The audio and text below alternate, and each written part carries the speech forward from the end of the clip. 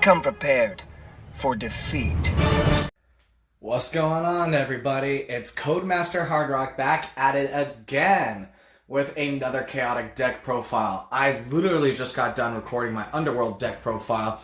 So what I'm doing right now is I'm going to pop a squat real quick on my chair, scoot this over real quick. Apologize for any noises. Yeah, so what we're going to do is get started on it. So I failed to mention in my Underworld deck, it is in a chaotic deck box. This one's a little bit beat up, but you can see they're all labeled. And for those of you who have not seen the upper deck chaotic box, Ultra Pro, there it is. You could get the turnable, and there's the 4Kids TV logo. And what's weird is that this box is very much outdated because now it's owned by Epic Story Media.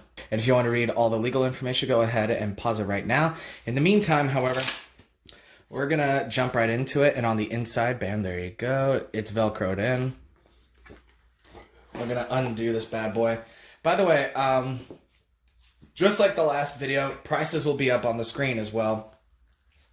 Now, this is a unrestricted deck, meaning that the ban list is ignored.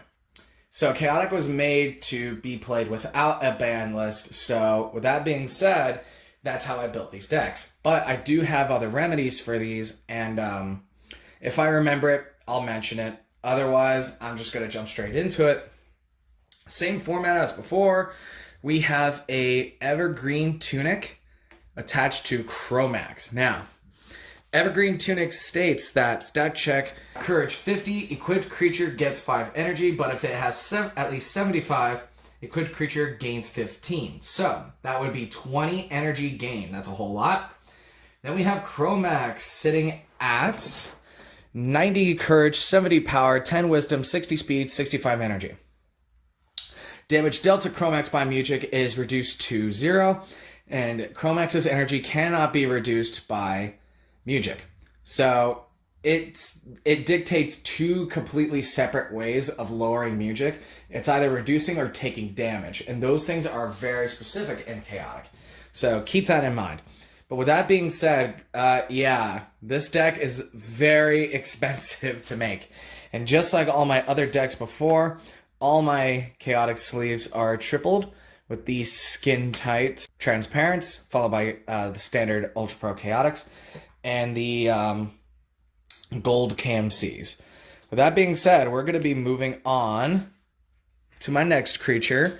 Right beside him, dead center, equipped with Bodil's Dagger, is Ursus. Now, Bodil's Dagger states that equipped creature deals an additional 10 damage with non-elemental, non-discipline attacks. And it gives a specific specifics on how that works. Then we have Ursus with 65 courage, 90 power, 45 wisdom, 40 speed, 75 energy. He has earth and he has 3 music counters. Ursus is a monstrosity. He is so powerful. He's so good in general. I've heard a lot of people argue that he should be banned here and there, or at least people who I've talked to, and I think those people are absolutely nuts. But with that being said, we're going to be moving on. Ursus is just good. Plus him being a Muge is going to become very, very important in a small moment. And of course, all my Chaotic sleeves, the important ones that are not locations or attacks, are triple sleeved. And right beside him on the other side is the exact same setup, Chromax Evergreen Tunic. This Chromax has 90 courage, 60 power, 15 wisdom, 60 speed, and 70 energy. Same deal as before. Nothing's too crazy. I say nothing too crazy now, and you know, some of these people have not even seen these cards in person, so maybe I should shut up. Next, middle row, we have the Drill Dozer, which states equipped creature gets an additional 10 energy. If it has earth, it has an additional 10. So basically another Evergreen Tunic. Attached to Smilden, he has 60 courage, 80 power, 40 wisdom, 50 speed, and 60 energy. Defender earth, and if he tosses a Music, the current location loses all abilities. This is really nice. You can remove an advantage from your opponent. So Smilden is a beast. Not to mention that his stats are not too shabby either. With that being said, his neighbor is the exact same setup. Another Drill Dozer with another Smilden. Go figure. 55 courage, 65 power, 30 wisdom, 65 speed, 65 energy. Exact same strategy as before. And at the very back is another Ursus with Bodil's Dagger. So yeah, this deck runs 2 Chromax, 2 Ursus, and 2 Smildens. I know there's a lot of people screaming, well, how expensive is it? Well, the price will be shown at the very end of the video. It's going to be 60 courage, 80 power, 55 wisdom, 50 speed, 75 energy. Ursa, this whole setup is stupid and insane. With that being said, moving on to music, we have a double Geo Flourish. Heal 15 damage to target creature, 15 energy to target creature with elemental type earth or water. So all my creatures have earth, and Chromax also has water in case you didn't know that. So bam, there you go. And if you don't believe me, rewind the video and pause it when you see Chromax. So bam, there you go. There's a healing right there. Then we have Caster's War Song. Deal 5 damage to target creature. If the caster is a mage, deal an additional 10. Since Ursus is a mage, he's intended to be the one using this music. So you could deal 15 with both of these, totaling 30 if you use both. Pretty decent. Last but not least, this card is banned in the chaotic community, but, you know, I like this card. Cadence Clash. Generic 1-drop. Negate a music card and return that target card to the owner's hand. Yeah, it's a lot of people are like, well, why is that banned? Well, you already robbed them of a resource and now they're just hanging on to that music. But I do understand that there is some cards coming in the future that says discard a music card, so doesn't completely render them useless. So there's Cadence Clash. We're going to be moving on to my attacks now. I'm going to try going through these a little bit faster than I did the previous video. So going from bottom to top, not necessarily in any particular order, it's just how my deck is structured.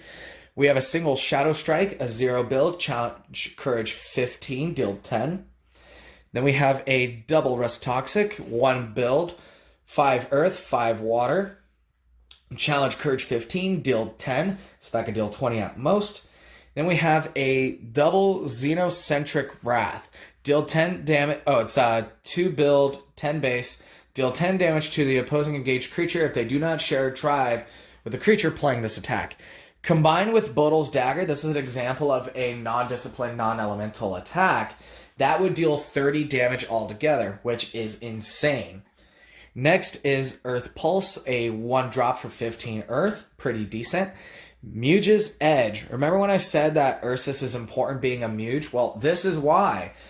Equipped creature gains 10 to all their disciplines, and if your engaged creature is a Muge, deal 10 damage. For a 0-drop, if you're playing Ursus with Bodil's Dagger, not only do you get 10 in all your disciplines, you deal 20 damage. That is insanely good.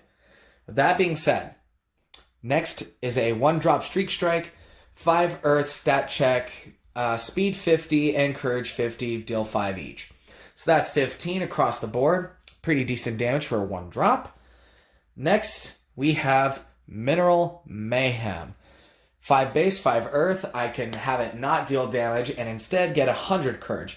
This has some use here and there, but I mostly use it for damage. Then we have Sediment Stormshield. Earth, heal 5 damage, and air, gain 10 speed, and obviously, you know, rest is kumbaya. Rather, singing kumbaya. I have this because obviously I deal earth damage, and I can heal, so that's nice. Then we have Vine Snare. 5 base, 5 earth. Opposing creature loses 25 speed if I have earth. Now we're going to move on to the singles. We have Tectostrike. 10 base, stat check, courage 10, deal 10, earth 10. So that's 30 damage across the board. Not too shabby. Now we're going to jump into some more, how should you say, expensive cards. The first one is a Primal Smash. Just like my previous video, I do have another Primal Smash. I want to get a Primal Smash for all my decks. It is a 1 build, 20 base, unique. Now this last card, it's really expensive, and it is a first edition Flurry of Fists. It is a 2-drop, 0 base. Deal 5 damage for each attack card in your attack discard pile. If you have 7 or more attack cards in your attack discard pile, deal 0 damage instead. So, if you have 6 and you play this attack, you deal 30 damage. And if you attach Bodil's Dagger, that is 40 damage for a build 2. That is stupid good. That is really darn good. And if you guys notice, this deck is definitely made for hitting really, really hard and in an unexpected way. So with this deck, it's not necessarily stats or elements matter. It's a matter of how fast and how hard can I hit somebody. For my locations, we'll start with Runic Grove, Initiative Courage, only generic music can be played. This puts my opponent in a detriment considering Tribeless can only play generic music. Then we have a double Kiru Village, Initiative Air, past creatures get an additional 10 energy. All Tribeless creatures are past creatures, so all my creatures would have 10 energy. That's pretty awesome. Next is a double Gloomuck Swamp, Initiative Courage, Earth attacks deal an additional 5, Fire is reduced. Pretty decent. Next is a double Riverlands Abandoned Wastes. Now, this means the initiative's fewest elements, and when it becomes the active location, each player shuffles their attack hand into their attack deck, shuffle it, and draw 2 new attack cards. I want to replace each of them. I want to replace one of them with the next one, which is the Darkened Dunes, which a creature with Earth has range and Swift 1. Pretty nice. But the other one I want to replace it with is something that I pulled very, very recently. Rock, River, Canyon. Initiative Earth, creatures with Earth have an additional 10 energy. Really darn good. So, let's say I'm playing Chromax. Alright? My big boy is sitting at 70 energy, okay? Let's use him for instance. Give him the Evergreen Tunic. That's 90. Give this. That's 100 energy. That is so darn diddly good. I love it. But with that being said, guys, that was probably one of the most expensive decks I think I personally have ever seen or have even talked about.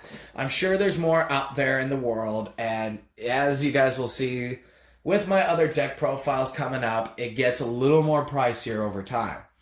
But with that being said, I'm going to put the final price tag somewhere in this half of the screen,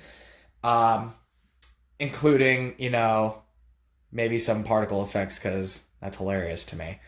With that being said, guys, if you want to see more deck profiles in the future, let me know. I'm right now only going to upload the Underworld and the Tribeless for now until I hear, let's see your other decks. But I also want to, pimp out those other decks and make them even better. So, if you guys enjoyed the video, let me know, all right? And also, one last thing, kind of a surprise. The person who initially won my KOR figure did not reply back. So this guy is back on the market. I will announce another giveaway where you can walk away with my extra KOR figure. The other gentleman did not reply back in time. So, we're going to try giving him away with something a little bit special, at least in my eyes. Doesn't look like I have any extras lying around. Oh, no, never mind. I do not. It's all right. I want to do a giveaway where I give away a KOR figure with a Screamer card. I'll figure out how the details work in the future, but do be on the lookout for it. There is hope for this guy right here. But with that being said, until next time, guys, and always remember, enter the code.